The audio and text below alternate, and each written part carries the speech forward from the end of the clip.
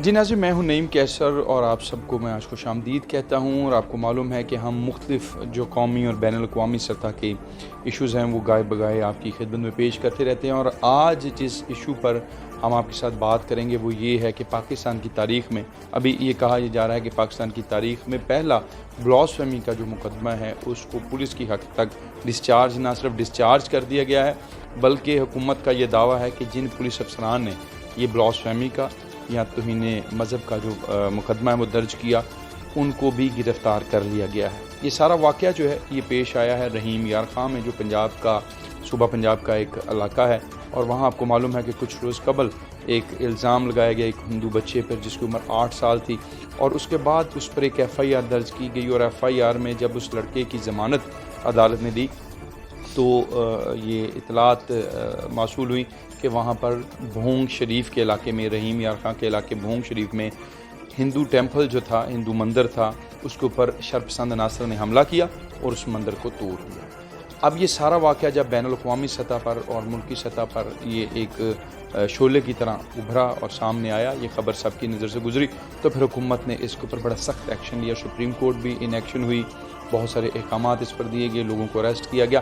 اب حکومت کا یہ دعویٰ ہے کہ جن لوگوں نے اس لڑکے پر جو اس سارے واقعے کی بنیاد بنا یہ ایف آئی آر، اس ایف آئی آر کو بھی ڈسپوز آف کر دیا گیا، یعنی ختم کر دیا گیا، اور اس کے بعد جن پولیس افسران نے یہ ایف آئی آر درج کی ان کو گرفتار کر لیا گیا، اور اس واقعے میں ملوث تمام دیگر افراد کو کچھ کو گرفتار کیا گیا، کچھ کو کیا جا رہا ہے۔ آج اس سارے موضوع پر میرے ساتھ گفتگو کرنے کے لیے جو ایک شخصیت موجود ہیں وہ کسی بھی تعارف کی محتاج نہیں ہے، لیکن پھر بھی ہم کیونکہ پروگرام کا آغاز کیے چاہتے ہیں تو میں ضرور یہ بتانا چاہتا ہوں کہ سیف الملوک صاحب اس وقت میرے ساتھ تشریف فرمائیں۔ ان کی بڑی مہربانی سر آپ کی کہ آپ نے ہمیں وقت دیا، اور اس حساس موضوع پر جو ہے کیونکہ یہ بین الاقوامی سطح پر یہ معاملہ جو فرسٹ ٹائم آیا ہے کہ پاکستان میں بلاسفیمی کی جو ایف آئی آر ہے وہ کویش ہوئی ہے، کیا کہیں گے اس حوالے سے؟ دیکھیں، پہلی بات یہ ہے کہ یہ انٹرنیشنل میڈیا نے اس کو اوور پلے کیا ہے، اور جو پاکستان کا قانون ہے، کیونکہ تمام میڈیا نے یہ کہا جی پہلی بار 8 سال کا بچہ پھانسی کی سزا والے جرم کو فیس کرے گا۔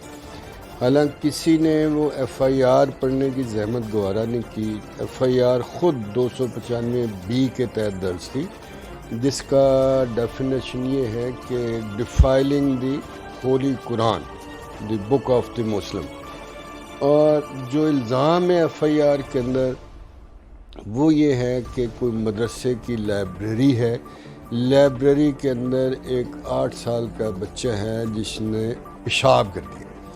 ابھی لائبریری کے اندر پیشاب کرنا جو ہے، میں کہتا ہوں یہ 295(b) ڈیفائلنگ دی ہولی قرآن کی ڈیفینیشن میں ہی فال نہیں کرتا۔ اس کو میرا خیال اگر بہت اس کا کوئی کرنا تھا تو 295(a) میں اس کو کر لیتے، جس کی 10 سال سزا ہے، کہ کوئی ایسا ایکٹ جس سے دوسرے کی ریلیجس فیلنگ انجرڈ ہو۔ تو یہ بیسیکلی یہ 295(b) اس وقت پتہ نہیں کس پریشر میں لگایا گیا ہے، کیونکہ یہ جب سے 1980 میں یہ 295(b) بنی، پھر 1985 میں آ کے یہ 290(c) بنی، اور 1980 سے پہلے آپ ہسٹری دیکھیں تو آپ کو کبھی سال میں ایک آدھی ایف آئی آر 295(a) کی نظر آتی تھی، یا یہ 1974 کی جو امینڈمنٹ آئی احمدیوں کے خلاف، کانسٹیٹیوشنل امینڈمنٹ، اس میں 298(c) ایک نیا پینل سیکشن ڈالا گیا کہ احمدی اگر اپنے آپ کو کوئی بھی ایسا کام کریں گے جو مسلم کرتے ہیں تو ان کو 3 سال کی سزا دی جا سکے گی، 298(c) اس کے پرچے نظر آتے تھے۔ لیکن جب سے یہ 295(b) اور (c) آیا، اس کو میرے تجربے کے مطابق، چونکہ میں نے اب تک پاکستان کی ہسٹری میں اس سبجیکٹ کے جو سب سے بڑے مقدمے ہوئے، جن میں پہلا گورنر پنجاب سلمان تحصیل کا قتل تھا، اس کے قاتل کو میں نے as a special prosecutor of the federal government trial کیا اور اس کو ڈیتھ سینٹینس دلوائی. اس کے بعد جس وجہ سے گورنر سلمان تصیر مارے گئے کہ وہ آسیہ بی بی نامی ایک کرسچن عورت کو جیل میں ملنے گئے اور انہوں نے ادھر کچھ کہا، تو اس آسیہ بی بی کی بھی جب لاہور ہائی کورٹ سے اپیل خارج ہو گئی تو سپریم کورٹ میں نے اس کا کیس لڑا اور الحمدللہ میں نے اس کو جیتا اور آج وہ امن سے کینیڈا میں اپنی فیملی کے ساتھ رہ رہی ہے. اور تیسرا جو سب سے فیمس کیس ہوا وہ یہ شگفتہ بی بی اور شفقت، یہ میاں بیوی کرسچن تھے گوجرا کے، یہ بھی 2013 میں آسیہ کے ارد ساتھ ہی ہوئے.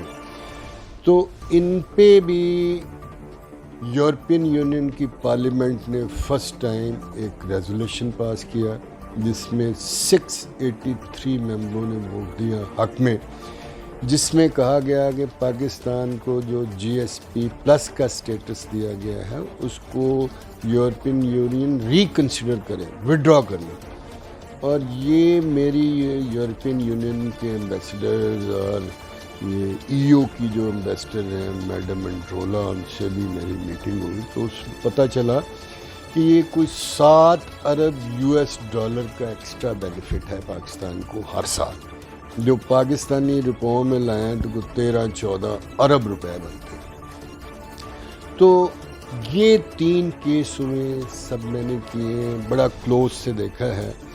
تو مجھے یہ سمجھ آئی ہے کہ انہوں نے ان پہ وقتاً فوقتاً کوشش کی، گورنمنٹ نے بہتری کی، لیکن کوشش اس لیے فیل ہو گئی ہے کہ پریشر اتنا ملاں کا بڑھتا ہے، اتنا بڑھتا ہے جب ہی یہ خبر پھیلتی کہ کسی نے بلاشامی کو کر دی ہے تو موب کے موب جو ہیں تھانوں میں حملہ آور ہو جاتے ہیں اور پولیس کے پاس اتنی کیپیسٹی نہیں ہے کہ موب کو ہینڈل کر سکے، پرچے بھی غلط درج ہو جاتے ہیں.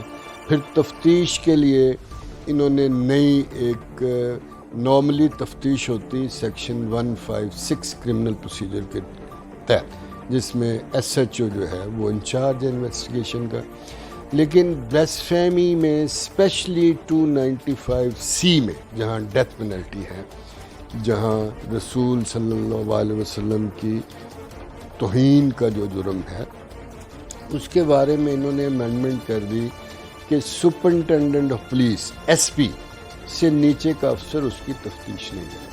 لیکن بدقسمتی دیکھیں، آسیہ کی تفتیش بھی SP نے کی، شگفتہ کی تفتیش بھی SP نے کی، اور باقی کیسز میں جتنے میں کر رہا ہوں سب میں SP نے کی، لیکن دستخط SP کے ہیں، تفتیش وہی سب انسپیکٹر جو اس کا سٹاف افسر ہے وہی کر رہا ہے. اور تفتیش کیا کر رہا ہے کہ جو نے الزام لگا دیا ہے وہ درست ہے، بس اس کے علاوہ کوئی تفتیش ہے ہی نہیں.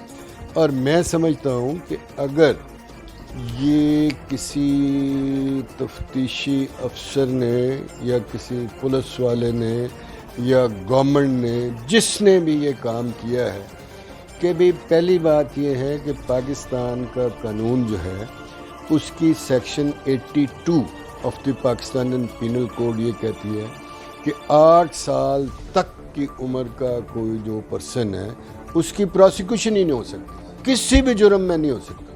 تو یہ تو سارا میڈیا کہہ رہا ہے جی 8 سال کا بچہ 8 سال کا بچہ ہے، تو اس کی تو پروسیکیوشن ہی نہیں ہو سکتی، پھر اس پہ آپ نے پرچہ کیسے دے دیا؟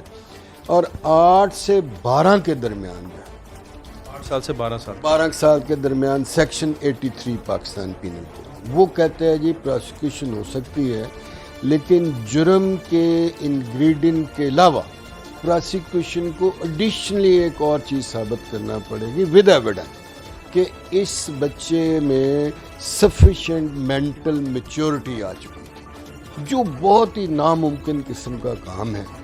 اور اس کی 8 سال ایج کہہ رہے ہیں. اور میں نے جتنا کیس لا اس FIR کے بعد اسٹڈی کیا ہے، جو مختلف ہائی کورٹوں نے اور فیصلے کیے ہوئے، انہوں نے آلموسٹ ہر کیس کو کوئٹ کیا ہوا ہے کہ بھی 8 سال تک تو ویسے ہی پرچہ نہیں ہو سکتا. اور 8 سے 12 کی جو سیکشن 83 کی کنڈیشن ہے سفیشینٹ میچورٹی وہ اویلیبل نہیں کیسوں میں. تو میں سمجھتا ہوں اس میں بڑا اچھا اقدام ہے، لیکن میں اس میں سجیسٹ کرنا چاہتا ہوں کہ بلاسفیمی فہمی کے کیسز میں ان کو ملزموں کی وکالت کرنا جو ہے اتنا مشکل ہو چکا ہے کہ میں آپ کو بتا نہیں سکتا.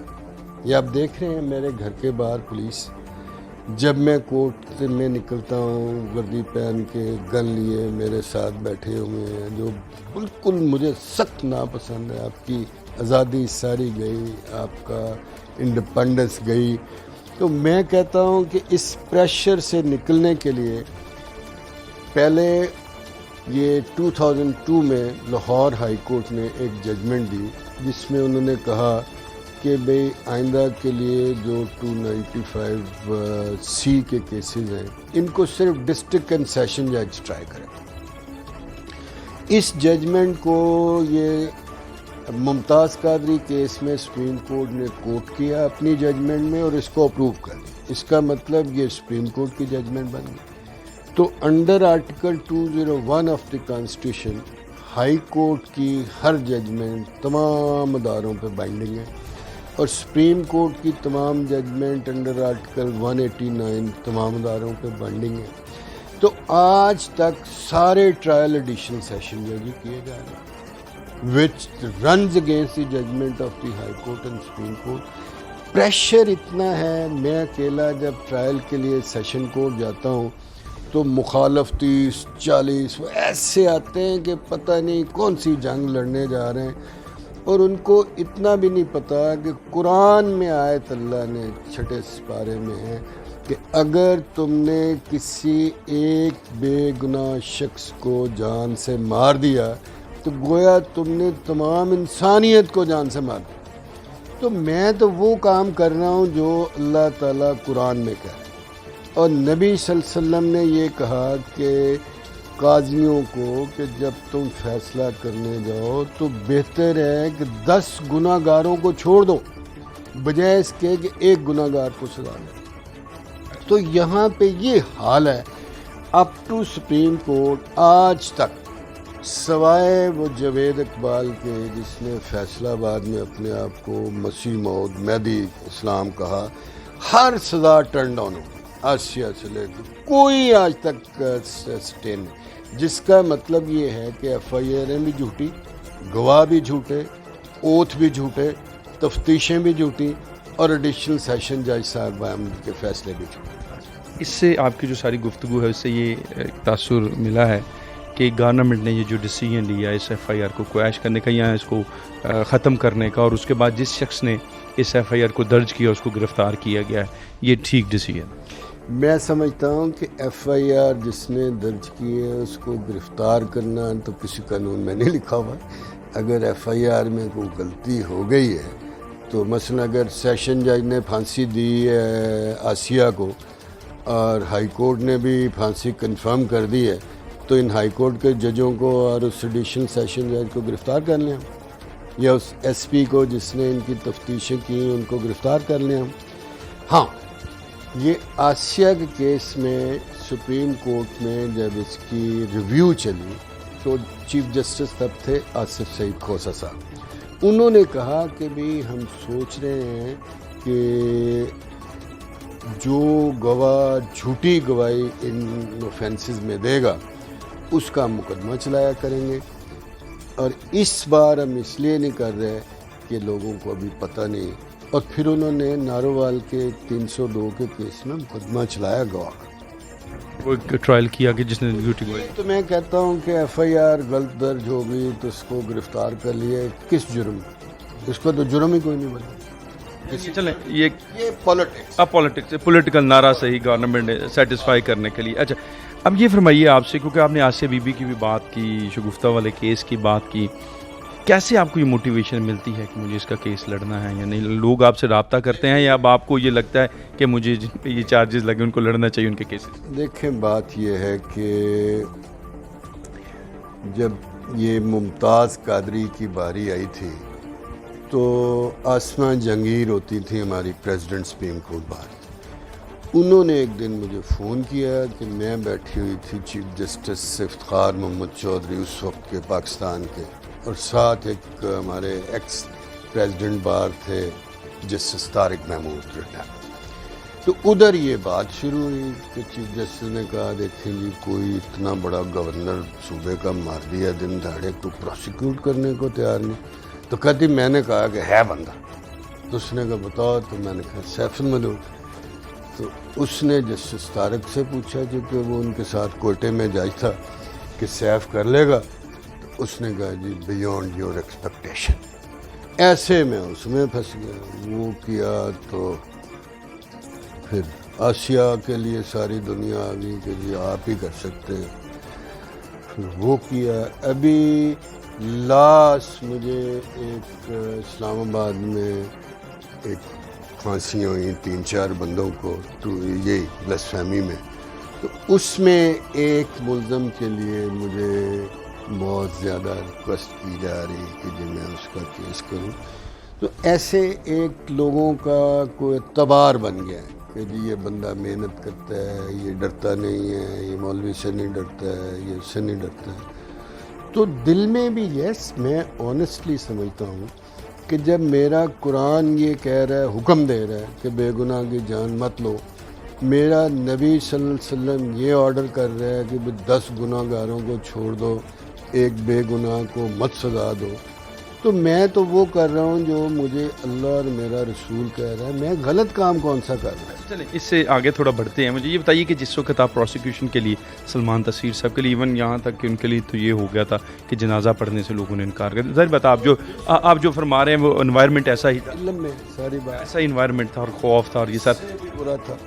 کوئی منسٹر پیپلز پارٹی کا ان کے جنازے میں شریک نہیں ہوا, ایک بھی نہیں ہوا. آپ یہ فرمائیے کہ جب ان کی فیملی سے آپ نے رابطہ کیا ہوگا, 100% ان کو آن بورڈ لیا ہوگا, آپ نے کہا ہوگا کہ میں پروسیکیوشن کے لیے جا رہا ہوں. یہ ہوا جیسے میں نے آپ کو پہلے بتایا نا, تو پھر آسمہ نے میری بات کرائی گورنر کی بیگم آمنہ سے. تو انہوں نے کہا دیکھ لیں سیف صاحب یہ بڑا مشکل کام ہے.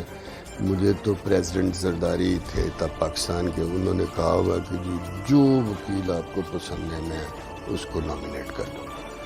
تو یہ کوئی رات کے میں 10:30 بجے ہوں گے جب میں نے ان کو کہا جی بالکل میں انشاءاللہ کروں گا.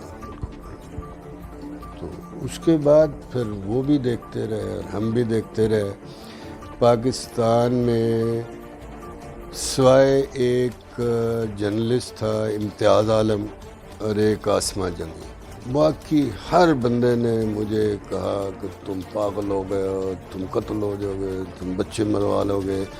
اور یہ کہنے والوں میں اس وقت کا ایک chief justice Lahore high court جو میرا بڑا دوست تھا اور بڑا لبرل تھا, اس کے پاس بھی میں گیا صرف اس لیے کہ مجھے حوصلہ دے دے تھوڑا.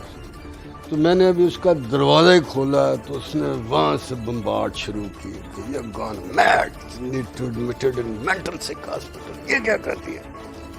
تو میں تو یوزلی سپورٹ نہیں یہاں ملی.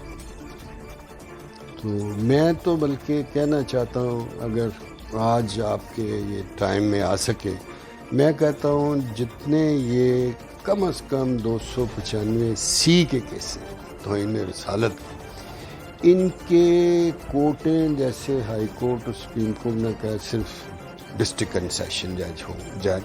اور دوسرا میں یہ ایڈ کرنا چاہتا ہوں کہ ان کی کورٹ کی سٹنگ جو ہے یہ کنٹونمنٹ کے ایریے میں آرمی کی کسی بٹالین کے حصے میں ہونی چاہیے, تاکہ جو گنڈا گردی نیچے ہوتی ہے نا, جج جیسے بیٹھا ہوا ہے جیسے چور ہے, ہم ایسے ادھر ہوتے ہیں کہ ابھی ہم باہر نکلیں گے, کوئی ہمیں چھری مار دے گا, کوئی گولی مار دے گا. بدتمیزی وہ اس درجے کی کرتے ہیں کہ میں آپ کو بتا نہیں سکتا ہوں. میرے سے تھوڑا سا لحاظ اس لیے کرتے ہیں کہ ان کو پتہ ہے کہ میرا بھی 500-700 فالوور لاہور میں موجود ہے, تو میرے ساتھ جب کبھی فزیکلی کریں گے تو پھر اس کا کوئی نہ کوئی نتیجہ نکلے. چلیں آپ تو ساری بات ایک اچھا پریشر گروپ لیے بیٹھے ہیں تو اس وجہ سے آپ کو لگتا ہے کہ یو آر سیف اور آپ کی بیک اپ ہے. یہ بتائیے کہ جب آسیہ بی بی سے آپ کو کہا گیا کہ آسیہ بی بی کا کیس لڑیں, آسیہ بی بی سے پہلی ملاقات کیسے ہوئی اور کیا گفتگو؟ اس کو میں نے بڑا کام پایا, بڑا کوائٹ پایا.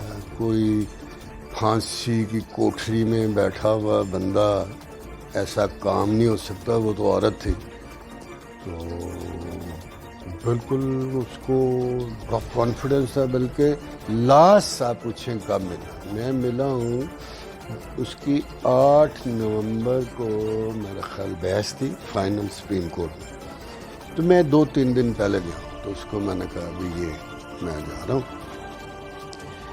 تو یا میرا خیال میں بحث کر کے آ کے گیا ہوں، چونکہ کورٹ نے ججمنٹ ریزرو کر لی، دونوں میں سے۔ تو وہ بڑی کام، اس نے کہا سر رات کو مجھے خواب ہے کہ جیل کے اندر ایک چھوٹی جیل ہوتی ہے جہاں یہ ڈیتھ سیل ہے، اس نے کہا میں دیکھ رہی ہوں یہ میرا ڈیتھ سیل کا دروازہ کھل گیا اور باہر والا بھی کھل گیا اور جو مین جیل کا دروازہ وہ بھی کھل گیا، تو میں کہہ رہی ہوں کہ یہ میڈم نے اگر دیکھ لیا یہ سارے دروازے کھل گئے تو ادھر تو عذاب آ جائے گا، میڈم سپرنٹینڈنٹ جیسے۔ اس نے کہا سر مجھے یہ لگتا ہے کہ یہ مجھے اللہ کی طرف سے ایک میسج ہے کہ آپ نے جیت جانا ہے مقدمہ، آپ بالکل صفر فکر بھی نہ کریں۔ یہ مجھے بڑے اچھی طرح یاد ہے کہ اتنے کانفیڈنس سے اس نے کہا، بلکہ اس نے یہ بھی کہا کہ میں اس خواب سے یہ بھی سمجھتی ہوں کہ آپ کو بھی زندگی میں کوئی کچھ نہیں کہہ سکتا، آپ بالکل تگڑے ہو کے کام کیا کریں۔ ایسے ہی ہوا، اس کی قسمت اچھی کہ جسٹس آصف سعید کھوسا اس بینچ کے ممبر بن گئے۔ میں پہلا پاکستانی ہوں جس کو یورپین پارلیمنٹ نے ایڈریس کے لیے بلایا، کسی پرائم منسٹر کو آج تک نہیں بلایا، کسی پریزیڈنٹ کو نہیں بلایا، I am the only exception. تو ادھر بھی جب وہ مختلف ممبران پھر کوشچن آنسر پہ آئے کہ ہم نے یہ کیا، ہم نے وہ، میں نے کہا بھائی بالکل آپ غلط بات کر رہے ہیں، پاکستان کی سپریم کورٹ جو ہے وہ امریکہ کی سپریم کورٹ سے زیادہ اچھی سپریم کورٹ ہے اور بڑی زبردست ججز ہیں ادھر۔ فرق جو پڑا ہے وہ یہ پڑا ہے کہ آصف سعید کھوسا از دی اونلی ڈفرینس۔ اگر کھوسا بینچ میں نہ ہوتا تو شاید فیصلہ مختلف۔ This is your observation. This is my honest opinion, not only observation.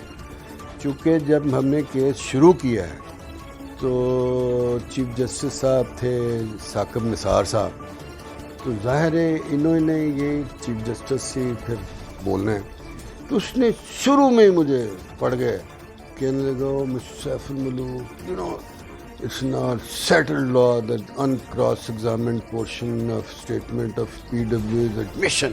What do you say about this? تو میں نے چونکہ بہت اس پہ پڑھا ہوا تھا، ایکسٹرا محنت کی ہوئی تھی، مجھے پتا ثاقب کو کرمنل لا لفظ نہیں آتی، سول اس کا ہے، ہم اکٹھے ہی پڑھے ہیں کہ بیچ کے ہم آلموسٹ ہیں۔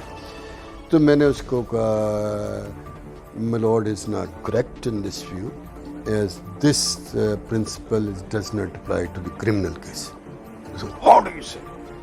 I said, kindly see 2018 Supreme Court Monthly Review, page 148. A judgment by my lord, the professor on the criminal law, Justice Asif Said Khosa. ایسے گرا سب 500 بندہ بیٹھا، اس کے پلے کچھ نہیں رہا۔ کھوسا took the mic. انہوں نے کہا صاحب صاحب this is not my wisdom, this I borrowed. You have seen 76 Supreme Court where the Supreme Court said this, you have seen 85 Supreme Court where the Supreme Court said this.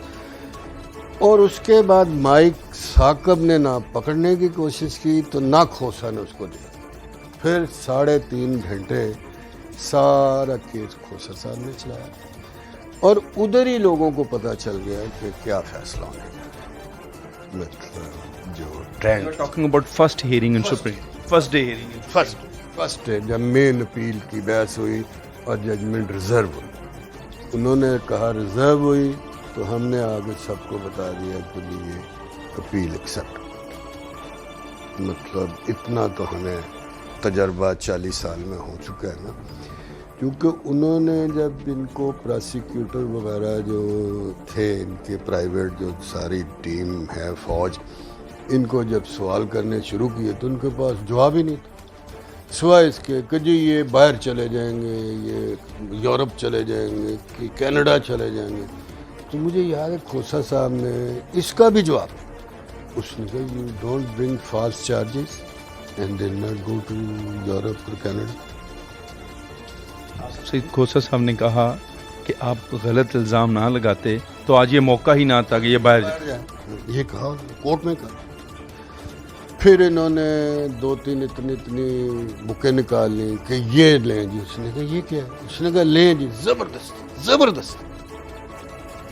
مگر لا یہ ہے کہ جو پیپر بک ہے court کی، اس کے علاوہ کوئی چیز آپ ججوں کوئی نہیں، لا ہے. تو مجھے یاد ہے انہوں نے دیکھ کے کہ یہ اب رونے پہ آ گئے ہیں، انہوں نے وہ بھی پکڑ. تو انہوں نے شروع کیا یہ غرناطہ میں کیا ہوتا تھا، تو اس وقت کیا ہوتا تھا، ایک تقریر سی 10-15 منٹ کی کر کے. تو انہوں نے کہا اینی تھنگ ایلس، انہوں نے کہا thank you very much, judgment. یہی ابھی شگفتہ کا ہوا ہائی کورٹ میں 3 دن کیس چلا ہے، 2 دن قریب میں نے کیا ہے، 2 دن کا آخری کچھ پورشن انہوں نے شروع کیا. تو کوئی بات نہیں کی، کچھ بھی نہیں کیا. تیسرے دن انہوں نے پھر وہی شروع کر دیا کہ جی دیکھیں جی نبی صلی اللہ علیہ وسلم کی عزت ہونی چاہیے. بھائی میں کہتا ہوں اس پہ تو جھگڑے کی بات ہی نہیں، اس میں کہاں سے جھگڑا. بات تو صرف اتنی ہے کہ جو ریکوائرمنٹ لا کی کہ پاکستان چل رہا ہے کانسٹیٹیوشنل سسٹم کے اندر، اور ممتاز قادری کیس میں سپریم کورٹ نے ہولڈ کر دیا کہ اگر آپ کے سامنے بھی کوئی بلاسفیمی کمنٹ کرے تو آپ اس کو نہیں مار سکتے. یہ آرگومنٹ ادھر کیا میاں نذیر اختر جو 14 سال لاہور ہائی کورٹ کے جج رہے، سینئر کیونی جج ریٹائر ہوئے، چیف جسٹس سے نیکسٹ وہ وکیل تھے ممتاز قادری. انہوں نے آرگو کیا کہ جی میرے سامنے کوئی کرے تو میں تو اس کو قتل کروں. اور مجھے سپریم کورٹ کے اس کا دکھ رہا. میں نے کہا اگر میں سپریم کورٹ کا جج ہوتا تو میں میاں نذیر اختر کا لائسنس کینسل کروں، آنیسٹلی، اس لیے کہ وہ تو آئین کے خلاف بات کر رہے ہیں. یہ فرمائیے کہ یہ شگفتہ والا کیس بھی آپ کے پاس آ گیا، ظاہر بات لوگ آئے ہوں گے آپ کے، انہوں نے کہا ہوگا کہ آپ اس کیس کو لڑیں، آپ نے اس کو بھی کیس کو لے لیا. یہ آپ کے جو کلائنٹس ہیں اس میں آسیہ ہیں یا دیگر جو کلائنٹس ہیں شگفتہ، یہ سارے باہر کیوں چلے جاتے ہیں؟ یہ تو کویسچن وہاں بھی ہوا، میں بھی آپ سے یہ کرنا چاہتا ہوں کہ آپ کے کلائنٹس جو ہیں وہ کینیڈا اور یورپ کیوں چلے جاتے ہیں؟ اس کو آپ فیسیلیٹیٹ کرتے ہیں؟ یہ بھی ذرا بتائیے. دیکھیں بات یہ ہے، پہلی بات یہ ہے کہ اگر کرسچنز ورلڈ اپنے کرسچنز کی مدد کے لیے کچھ کرتی ہے تو ہمیں اعتراض کرنے والے کون؟ ہمارے سعودی عرب والے، کویت والے، یو اے والے ہمارے مسلمانوں کو لے جائیں جتنوں کو لے کے جا سکتے، کسی کو کوئی اعتراض نہیں. مطلب یہ تو اعتراض ہی ویسے بڑا کوئی. حالانکہ ہسٹوریکلی آپ دیکھیں گے تو ہٹلر نے کئی ایسے حملے کیے ورلڈ وار سیکنڈ میں جس میں اس نے کہا جی ہمارے جرمنوں کے ساتھ زیادتی ہو رہی ہے، یہ کہہ کے فوجیں اندر داخل کر دی. تو یہ تاریخی طور پہ ہوتا رہا ہے. ہم کتنا گردن ٹیڑھی کر کے کہتے ہیں کہ ایک سندھ کی بیٹی نے ایسے کہا تو محمد بن قاسم کو جناب انہوں نے بھیج دیا. وہ کیسے آ سکتا ہے؟ یہ تو ان کا ملک ہی نہیں تھا. اس کا مطلب ہے کہ یہ ہسٹورک بھی ہے اپنے لوگوں کی مدد کرنا. تو دوسری بات یہ ہے کہ ویسٹرن ورلڈ آپ نے بھی دیکھی ہوگی، میں نے تو بہت دیکھی ہے، وہ ایک خوبصورت دنیا ہے.